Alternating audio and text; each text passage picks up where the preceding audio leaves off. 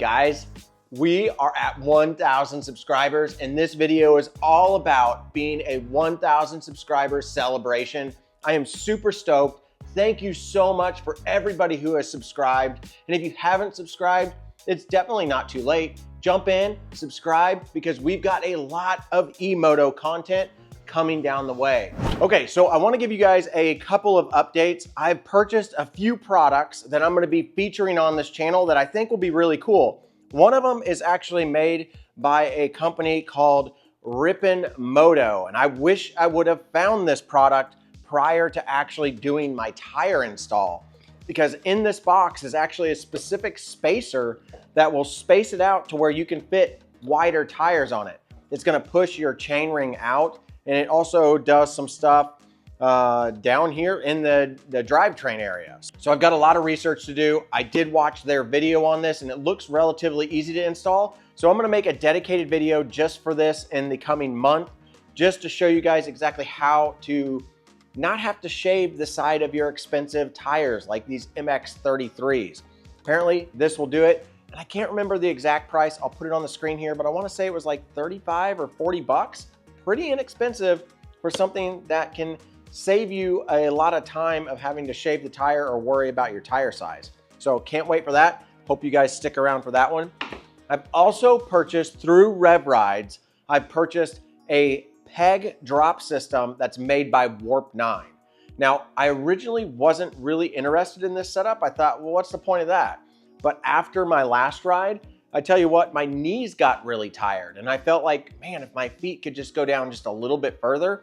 And when I was looking at the bike, I noticed that the actual bottom of the bike is about an inch down. So in theory, dropping the pegs down will hopefully relieve my knees just a little bit. Also, maybe putting my feet lower, closer to the center of gravity, will help with some control. But I've got that coming too. That's not a cheap product, so I'm really hoping that that works well and I can notice a difference, because at $169, whoo, it hurt the bank. I'm not gonna lie, it hurt the bank. But it's already purchased, it's on its way, and that's coming in a future video also.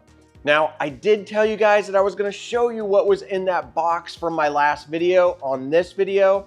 Well, we hit 1,000 subscribers, so I had to change plans. And that's actually gonna be for next week, but I'm super stoked about it because I did open it up. I wasn't going to, I was gonna open it on camera for you guys, but I changed my mind. I went ahead, opened it up, and I actually used it. And I gotta say, I'm kind of blown away. It's an amazing product that really helps with transporting your eMoto around. So you're gonna wanna stick around for that for sure. It's definitely gonna be worth it.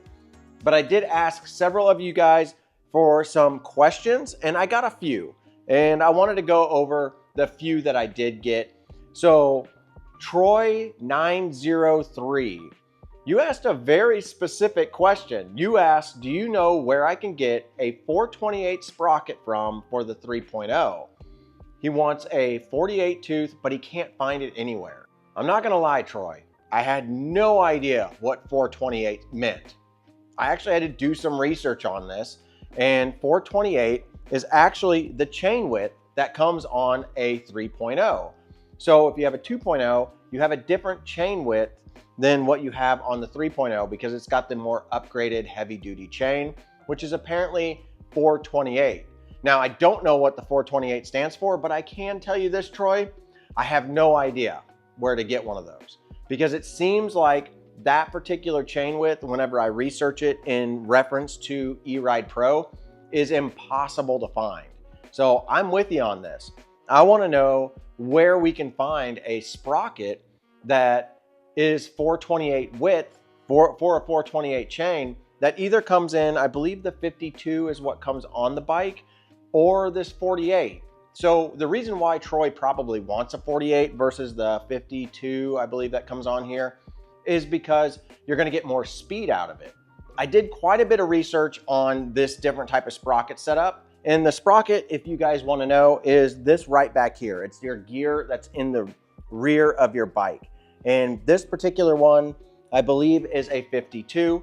And so if you have a 52, you're going to get fast acceleration, but a lower top speed, but you're also going to get more torque. So you're going to be able to climb really steep hills a little bit better than if you had a smaller sprocket. But with Troy wanting a smaller sprocket, he's going to have a little bit slower acceleration to start off with, but he's going to have a higher top speed. So in my mind, Troy, you're probably doing more street riding than you are actually trail riding.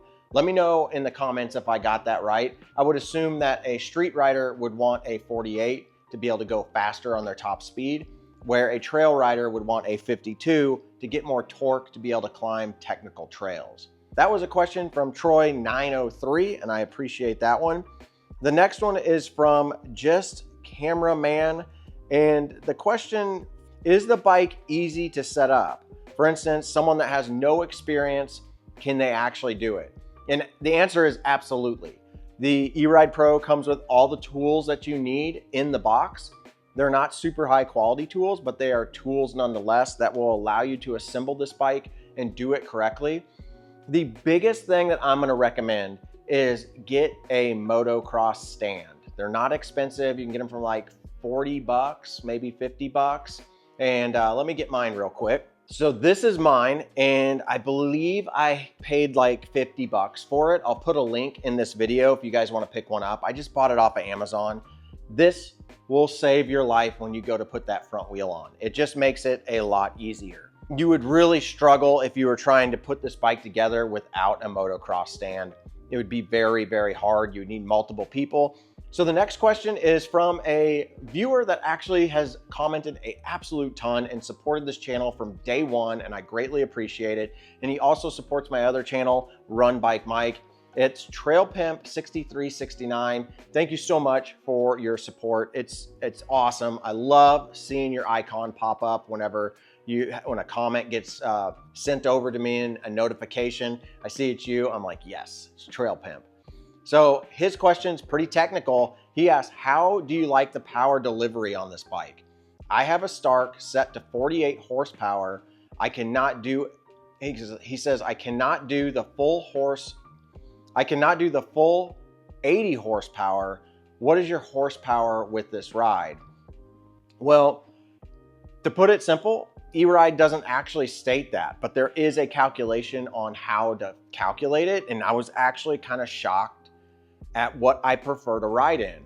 If you're riding at 48 horsepower, that's bonkers. That is so much power. I can't even imagine what 80 horsepower would be like. So for the conversion to convert horsepower, it's kind of like a rough setting, and I don't really know if this is solid all the way through or how this works, but the general calculation is you take your watts to horsepower, you're gonna do 1 horsepower equals 746 watts. So a kilowatt is 1,000 watts. Let's just talk about eco mode, and that's what I ride in all the time. That is surprisingly only 6 kilowatts. So that's 6,000 watts. So whenever you divide that out by the 1 horsepower over 746 watts, the 6 kilowatts is only 8.04 horsepower. So not much at all compared to your 48 that you're running. And if you were to run this in sport mode and hit the peak power, which is 15.8 kilowatts, you're looking at 21.18. Now, as I get better and as I start riding this more, I may switch over to sport. There may be some advantages that I just basically am overlooking. But right now, the power delivery that I'm getting out of 6 kilowatts or 8 horsepower on the trail is way more than enough. The trail ride that I did just this last weekend was phenomenal, and this thing climbed like a goat, and I had no problem. I was hitting 25 miles an hour on parts of the trail, which is plenty fast. I don't need to go much faster than that. So if there's a big advantage of going with, say, the higher sport version other than speed, let me know, because if I can take advantage of the sport and learn how to control it, I may switch over to that. Like if I'm going to get better torque, or if I'm going to get just a different level of like power control, then I may switch over to it. But right now, the 6 kilowatts is more than enough power. I'm flying down the trails. So Trail Pimp, 48 horsepower is nuts. Now I know that that system is I believe a 96 volt system on the Stark Bark. So maybe that power delivery is just different. Maybe it's more precise. So 48 horsepower is more controllable on that versus on the 72 volt that the eRide Pro 3.0 has. I'm not really sure. I just know that there's a lot of people commenting online about the SR and how powerful it is and how it's almost too much power. I don't know. If you guys have ridden a 72 volt versus like the Stark, which I believe is in the 90s, let me know. Let me know if there is definitely a difference in like power delivery for trail riding. I'm not super interested in road riding, but that's pretty much how you calculate it. And 8 horsepower is what this is in eco mode and 21.18 in sport mode. Those were the questions that I got. If I missed one and I didn't see it, I apologize, guys. I try to keep on top of all the comments and everything that you guys have sent me. I am super grateful for this channel and super grateful for the opportunity to be able to have one of these and show you guys everything that I'm learning about it. And I really appreciate all of you coming along on this journey, whether you're a pro at this and you've been riding for quite a while like Trail Pimp, or whether you're brand new like me and you're just starting to get into eMotos from biking or mountain biking or wherever you came from. Here's the sales pitch, guys. If you want to help out this channel, there's a couple of ways that you can do it. You've already done that by subscribing. You can watch my videos all the way through, which is number one. The YouTube algorithm right now cares nothing about anything other than watch time. You can do additional things like hit the like button, comment, all that type of interaction. The algorithm loves it. Now, 2 other things that you can do to help out this channel really fast, and I'll leave you guys alone with all these pitches, is if you want to buy an eRide Pro or any type of moto, definitely go check out RevRides and use my links down below. Those links, they are affiliated. They don't cost you anything, but a portion of your purchase comes back and helps out this channel. The last thing that you can do is if you want to jump over to my brand new Patreon page, you can join that for as little as $3 a month. And that will get you access to all of my channels, early videos on all my channels. As long as I don't have an NDA on one of those channels and I can't release it early, you guys would get early access. No commercials during that early access. Plus you get behind the scenes footage that I post a couple of times throughout the month, including photos and videos. And sometimes I will just jump on there and just do a random video post. And you can also directly message me. So you have direct access to me, and all that is through my Patreon, and it's called Mike's Unlocked Garage. All right, done with the sales pitch. So we're almost done with this video, guys. I know this isn't like my traditional videos that I do, but I wanted to have this 1,000 subscriber celebration party with you guys, and I appreciate everybody who has watched this far. I want to go over a couple of things about this bike and how it's not perfect. This bike is not perfect, and you are going to have to learn how to maintain your bike and make sure that it's actually riding really well. So last video, I tensioned the chain, and I had one commenter say that, hey, Mike, that's probably not tensioned enough. And you were right. You were 100% right. And I appreciate the comment. And I totally forgot to tension my chain even more prior to going to my ride. So I got about 18 or, I'd say I got about 17 miles into my ride, and I was almost back to my vehicle, and I started hearing a sound. This chain was just flopping all over the place. And let me tell you, I was nervous because I saw a picture of a guy who had a loose chain and it broke off and it damaged all kinds of stuff on his bike. So I took it super easy. So I am going to have to do a better job of getting this chain tensioned. So that's just something that you're going to have to learn how to do if you own one of these. Don't think these bikes are buy it, forget it, and just ride and you never have to do anything. Especially if you're riding trail. These things are going to get beat up and you're going to have to really maintain them. The other thing that I noticed is the head tube is loose on mine. So I need to go in here and I need to actually tighten this down, compress that fork back up against the frame of the head tube and make sure that it's tight again. Those are just things that are going to come loose.